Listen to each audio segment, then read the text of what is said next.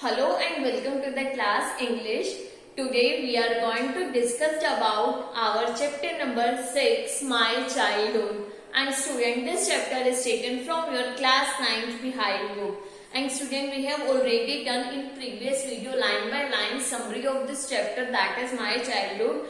And student, this chapter is an autobiography of our previous president doctor APJ Abdul Kalam. तो students, आज हम जो है इस चैप्टर को अपने डेजी पर देखेंगे. So let's start.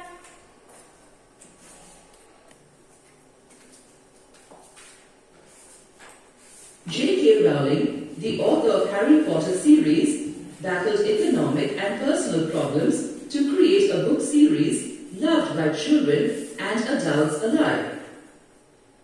Closer Home, Dr. B.R. Ambedkar series loved by children. Harry Potter देखी है किसी ने? देखी है हैरी पॉटर मूवी भी है ये. ठीक है. J.K. रॉलिंग जो है वो ऑथर है. हैरी पॉटर की जितनी भी सीरीज है वो J.K. रॉलिंग ने लिखी है. Battle economic and personal problems, और उसमें क्या बैटल दिखाया गया इकोनॉमिक्स में और पर्सनल प्रॉब्लम्स में. Children and adults alike.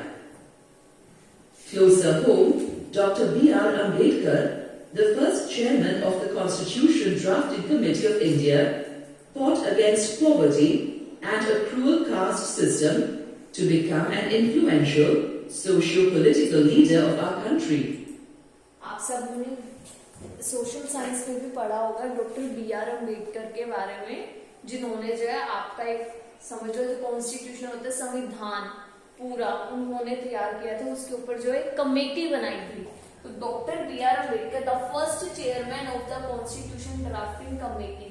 तो जब हमारा देश जो है आजाद हो गया था, उसके बाद ये बोला गया था कि अब जो है संविधान बनाओ, कॉन्स्टिट्यूशन बनाओ, ताकि उसके अंदर कुछ ऐसे रूल्स रेगुलेशंस हो जिनके बेस पे हम जो है भारत चला सके. हर किसी चीज के रूल्स रेगुलेशन चाहिए. अब भारत को भी जो प्राइम मिनिस्टर है उसको भी तो रूल्स रेगुलेशन के अकॉर्डिंग चलना है ना. तो उसके रूल्स रेगुलेशन के लिए एक पूरा कॉन्स्टिट्यूशन बनाया गया. ठीक है. अब भारत का अपना कोई कॉन्स्टिट्यूशन नहीं था. आजाद होने के बाद भारत को कॉन्स्टिट्यूशन की जरूरत पड़ी, तो उसने क्या करा, सारे कंट्रीज के कॉन्स्टिट्यूशन को देखा. उसके लिए पहले एक कमेटी बनाई गई. उस कमेटी में बहुत सारे मेंबर्स थे. ठीक है. फिर क्या हुआ, सारे देश के कॉन्स्टिट्यूशन को देखा, अच्छे से स्टडी करा. तो उनमें से जोन जोन से उनके रूल्स अच्छे लगे ना, उन सबको हमने जो है नोट डाउन कर लिया और उसके बेस पर अपना एक कॉन्स्टिट्यूशन बना दिया. ये एक बुक है हमारी कॉन्स्टिट्यूशन की. ठीक है. तो इसके कौन थे chairman? Doctor B.R. Ambedkar chairman थे, जो फाउट अगेंस्ट मीन्स जो लड़े हैं. किसके अगेंस्ट लड़े हैं? पॉवर्टी के अगेंस्ट लड़े हैं. और क्रूअल कास्ट सिस्टम मीन्स जो गरीबी थी और जो बिल्कुल जो कास्ट सिस्टम था बहुत बुरे वाला, उसके अगेंस्ट जो है डॉक्टर B.R. अम्बेडकर ने लड़ाई लड़ी थी. To become an influential socio political leader. और लड़ाई लड़ने के बाद इन्होंने सोशल पॉलिटिकल लीडर बने कि इन्होंने लोगों को इतना अच्छा इन्फ्लुएंस करा. मीन्स इनकी बातों से लोग इतने अच्छे इन्फ्लुएंस हुए, प्रभावित हुए कि हाँ, उन्होंने भी, सभी तो नहीं बट मोस्टली लोगों ने एक्सेप्ट करा कि हाँ, ये कास्ट सिस्टम नहीं होना चाहिए. बिकॉज सब क्या है, सब इंसान है, सब इक्वल है. He challenged and was largely responsible for empowering the scheduled castes and tribes. There are hundreds of people who face problems, but only a few of them make it big. What, according to you, helps people rise above their problems? देखो, problems जो है वो हर किसी की life में आती हैं.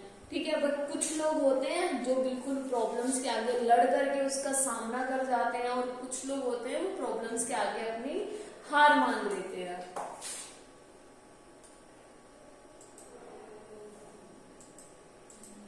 Dwell upon this question before continuing.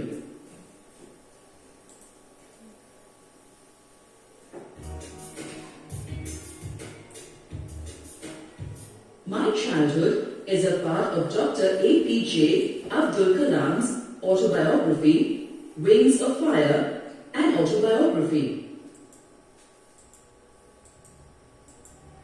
Dr. APJ Abdul Kalam is a well-respected scientist, administrator and writer.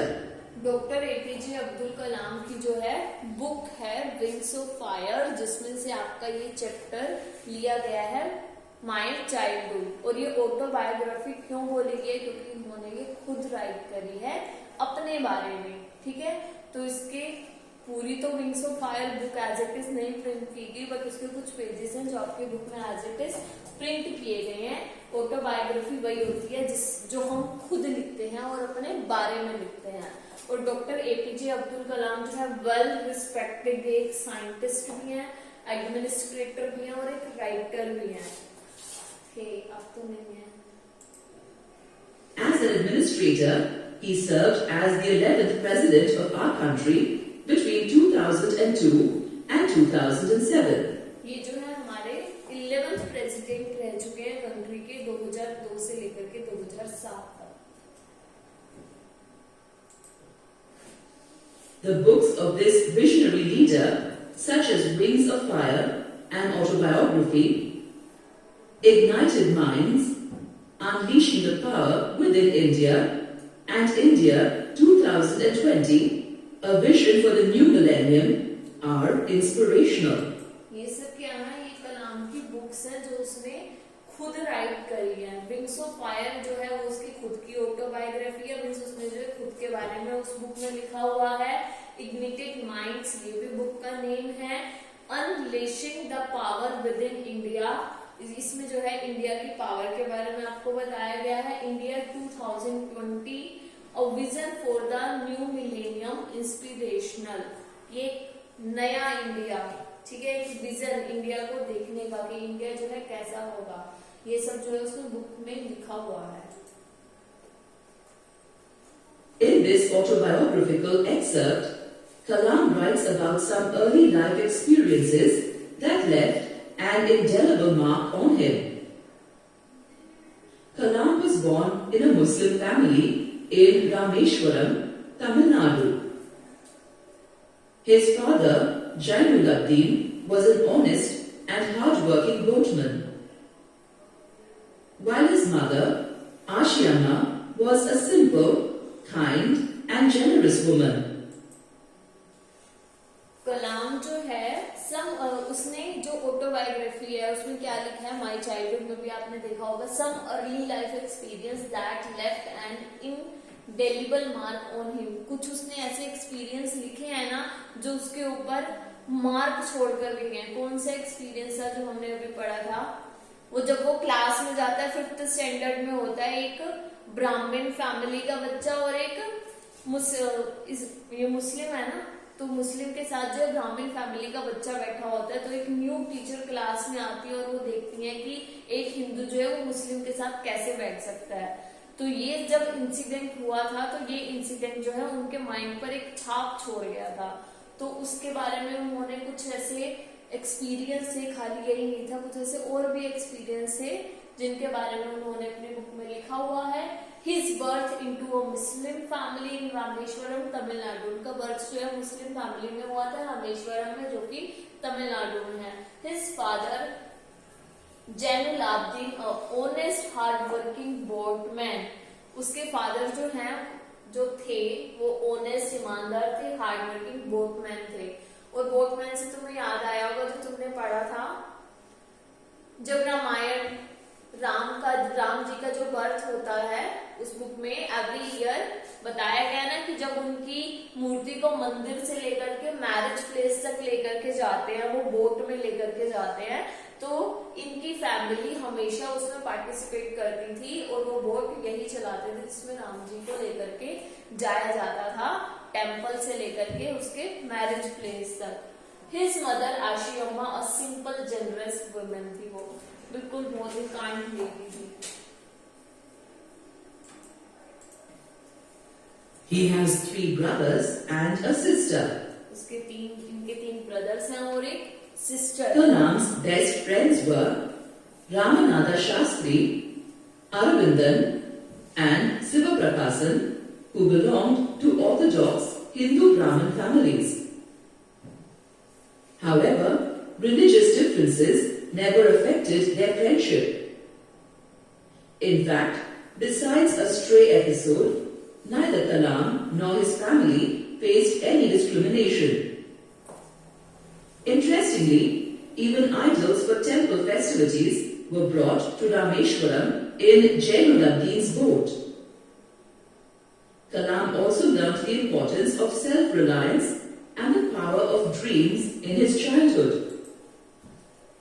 उन्होंने और किसी ऑल्सो राइट्स अबाउट उन्होंने इन सब के बारे में भी राइट किया है हिज बेस्ट फ्रेंड। अब कलाम के जो बेस्ट फ्रेंड थे वो कौन थे?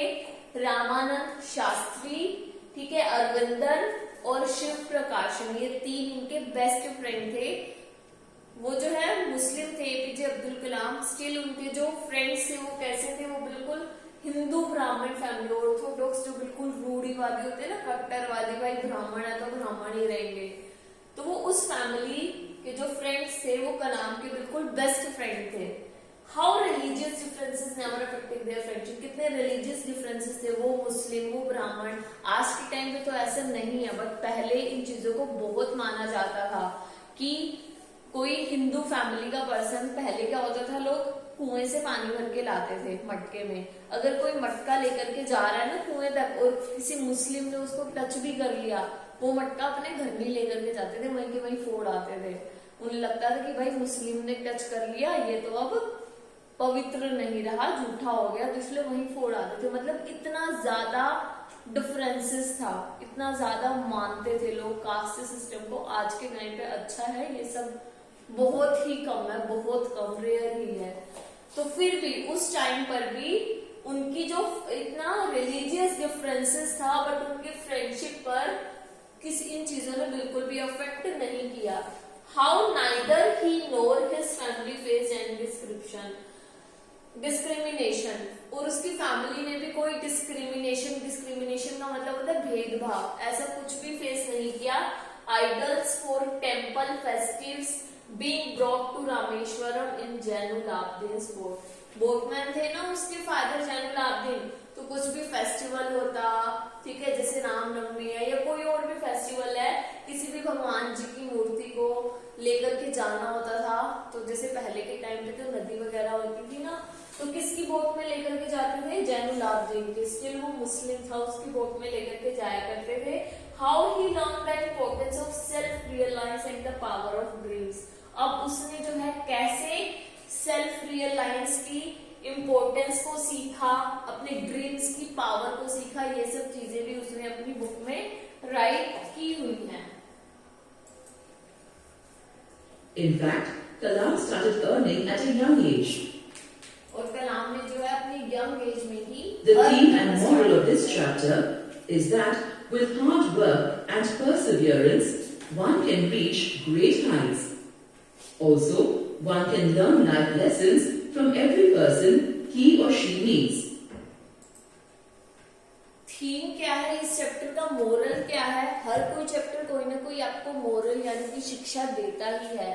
With hard work and Perseverance one can reach great height, कि अपनी मेहनत से और दृढ़ निश्चय से कोई भी पर्सन इतनी ऊंचाइयों पर पहुंच सकता है। One can learn life lesson from every person he और शी मीट्स, वो कह रहे कि हर एक बंदा, हम अपनी लाइफ में किसी भी पर्सन से मिले, चाहे वो बुरा हो चाहे वो अच्छा हो, हमें कुछ ना कुछ तो सीखने को मिलता ही है। अगर हम किसी, मान लो हम फ्रेंड्स ही बनाते हैं, कुछ फ्रेंड्स होते हैं जो लॉयल होते हैं, ठीक है, आपके लिए बहुत ज्यादा, और कुछ होते हैं भाई यहाँ की बात सुनी जाके दूसरे को बता दी, कुछ ऐसे भी फ्रेंड्स होते हैं। तो जो फ्रेंड्स लॉयल होते हैं उनसे भी हमें कुछ सीखने को मिलता है, और जो फ्रेंड्स अच्छे नहीं होते हमें उनसे भी कुछ ना कुछ सीख मिलती है, कुछ ना कुछ लेसन तो मिलता ही है ना हमें बुरे लोगों से भी, कि भाई लोग ऐसे भी होते हैं, भाई ऐसा भी कर सकते हैं, कुछ ना कुछ हमें सीख मिलती है कि इन फ्यूचर हमें केयरफुल रहना है ऐसे लोगों से।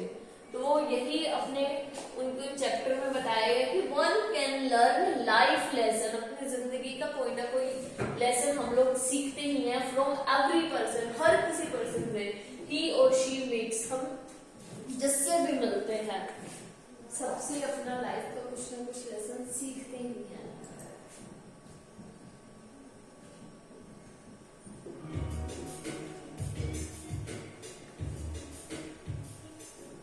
Read the chapter My Childhood from the textbook and answer the questions to check your comprehension of this autobiographical piece. In this section, check your understanding of the given chunk of prose. Already हम इसको read कर चुके हैं अपने chapter को, question के answers देने।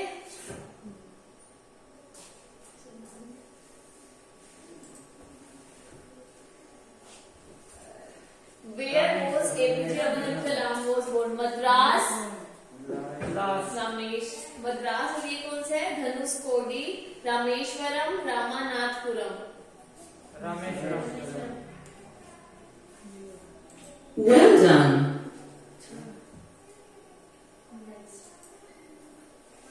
Which of the following are true of Kalam's home in Rameshwaram? इनमें से क्या चीज है जो सच है कलाम के होम में जो कि रामेश्वरम में था? It was their ancestral home. It was built with concrete. It was on Rameshwaram Road. It was built in mid 19th century. Our third question is, what did Kalam inherit from his father?